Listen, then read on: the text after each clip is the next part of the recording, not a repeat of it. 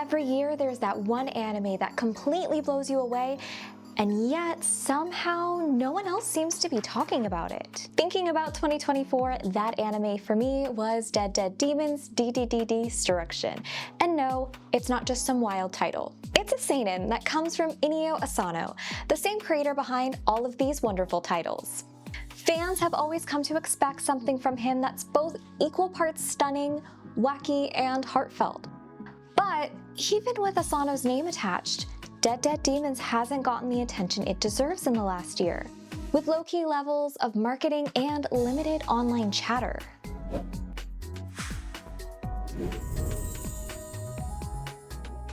Why is that? Why do some truly incredible series get overlooked while others dominate every conversation? Is it because it's a seinen series aimed at more mature audiences? Is it because it doesn't have those big shonen moments that go viral online? Or is there some other factor affecting how we as fans consume and share anime? But before we dive into this any further, if you love exploring underrated anime and deep dives such as this one right here, don't forget to hit that like button and subscribe. That way you aren't missing out on any upcoming videos from me. Now, let's explore why this anime is slipping through the cracks.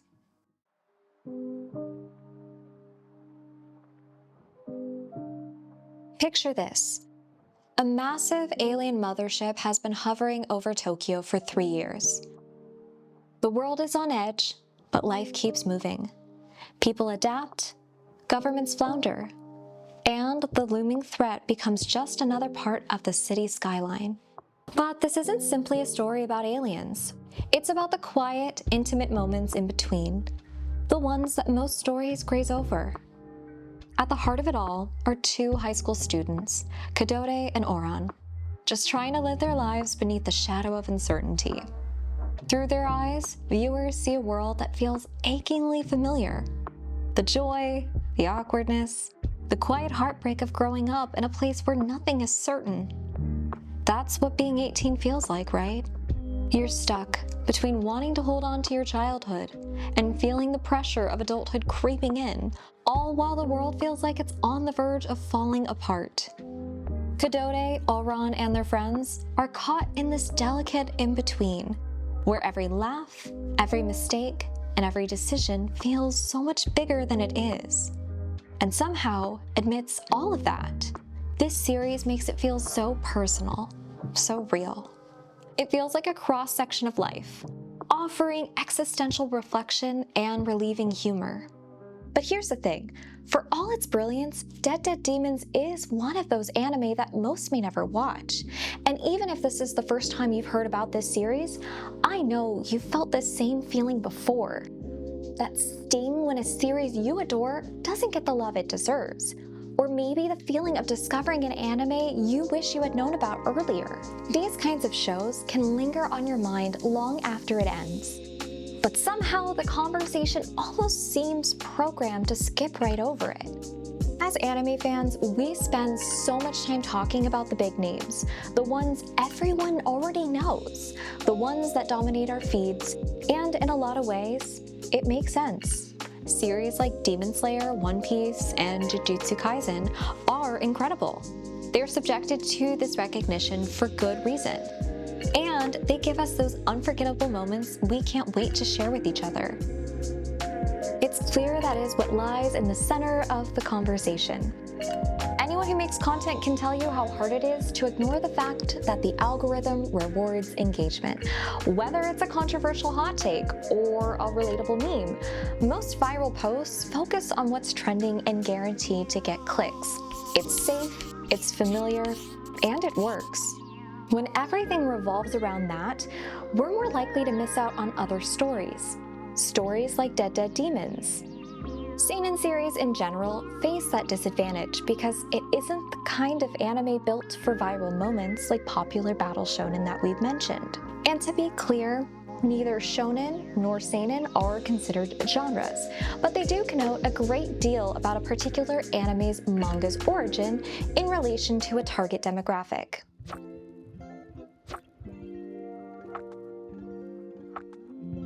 Shonen is one of many terms that originates from a particular demographic of manga readers, as it's essentially the Japanese term for comics for boys. Applying the term to conversations about anime, it implies that the work is designed for younger male audiences. But that's just a classification, and it can absolutely be loved by all. It sort of represents the same style of entertainment that a Hollywood blockbuster film or franchise would fall into. Think about some of the most popular Marvel movies. They have wide appeal, they are successful, and the craft of generating compelling action scenes earns them a lot of Oscar nominations. And something like Star Wars offers a look at Joseph Campbell's hero's journey formula from another galaxy. So if you wanted to look at it in that way, Shonen sort of occupies the same space for anime. While this may be the case for Battle Shonen in particular, these series do tend to follow a particular formula that's perfect for grabbing and keeping attention for audiences that, as it turns out, are both young and old. High-energy fights, dramatic moments, and themes that are universal. It tends to be easy to consume, share, and discuss. Seinen also originated as a target demographic of manga, essentially means young adult men. It's like how we call books for young adults young adult novels. These, of course, can be enjoyed by all, and in the context can generally be referred to as anime for audiences that are more mature, which is not to say smarter. Watching Seinen does not mean you're smarter. It means it's not operating with as wide of a window of appeal. By that nature, it's able to cover and tends to cover more complex and mature stories. It's not always meant to be easily digestible. And that's the part that makes Dededede Demons so special. In a world where everything seems to be about speed, hype, and instant gratification, a series like this forces the viewer to slow down. It's reflective, it's raw. It's about finding meaning in the mundane and the moments in between the chaos. Flashy visuals and hype scenes dominate, while something this introspective feels like a harder sell. And that's frustrating, because Dededede Demons and moreover other series deserve so much more love. So why does this happen? It seems silly asking why shows like Jujutsu Kaisen, One Piece, and Demon Slayer dominate every conversation, while series like Dededede Demons seems to barely leave a ripple. All three of these series that I mentioned are all very worthy of praise and focus, but at the same time, it is no wonder they are all exclusively shonen. Shonen clearly has a mass appeal, which tends to make more money and makes sense when you consider a few other things. For one, there's the revenue of Hollywood's superhero movie genre in general, which also tends to produce a formula of action and universal themes. There's a demand for what it offers. If you look at the top grossing movies of all time, 8 out of the 20 are some kind of superhero or Star Wars movie.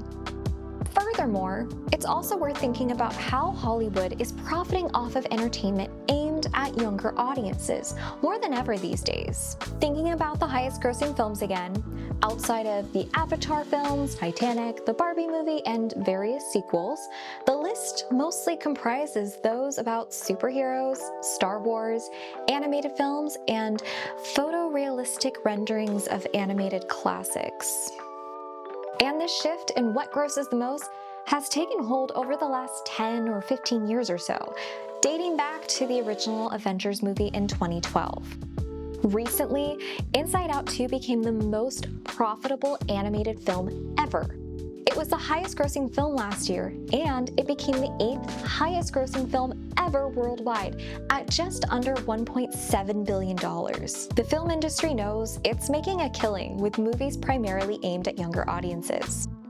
It's not like these blockbuster films or shonen are for children only, but it is first and foremost aimed at the younger demographic. And of course, as I and other Americans know, anime gained an early foothold in the West with shows that were aimed primarily at younger audiences.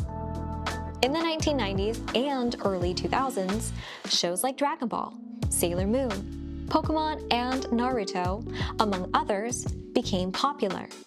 Those were shown on networks that had appeal outside of the show.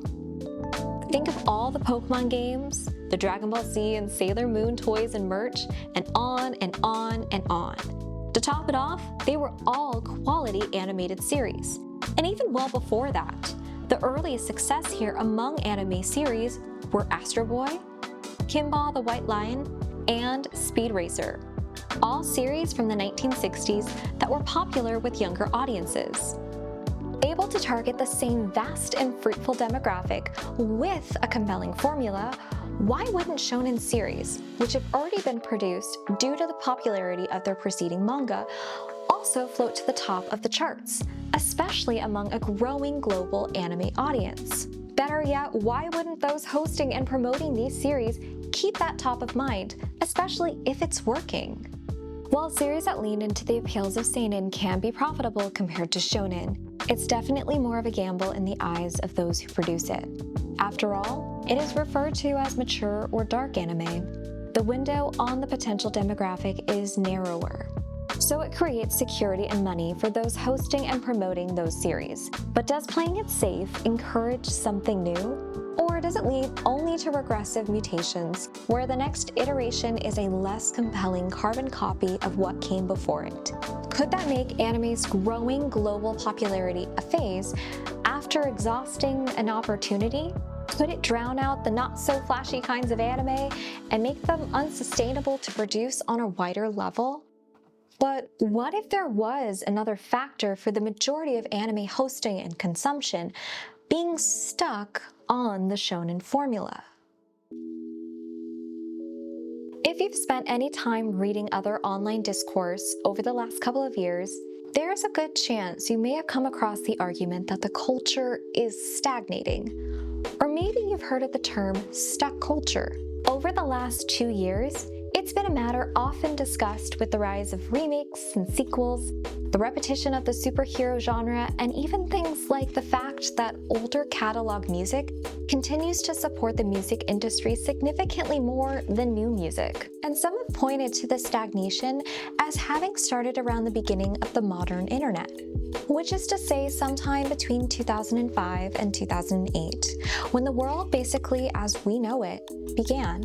When everyone got the initial version of the smartphone they have now, when things like YouTube, Twitter, and Reddit, centers of online discourse, came around, and when Amazon began its proliferation. But why would any of that matter? Well, again, some have noted in regards to the online world, maybe it's the algorithms predicting what people want based on what they liked before.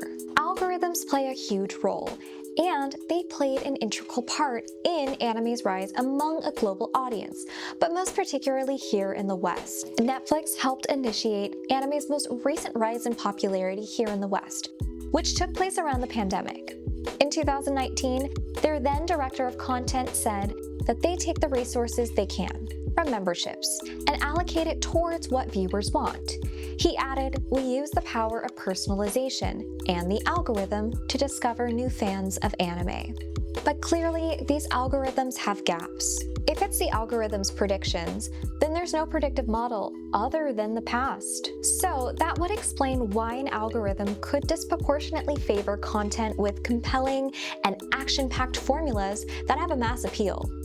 It would also suggest that the nuances of art and human psychology, which adorn other kinds of series with rich appeal, are not as easily predictable, or at least not in a manner that is sure to generate peak profit. As been pointed out on this channel, anime consumption is growing across the planet, and rightfully so.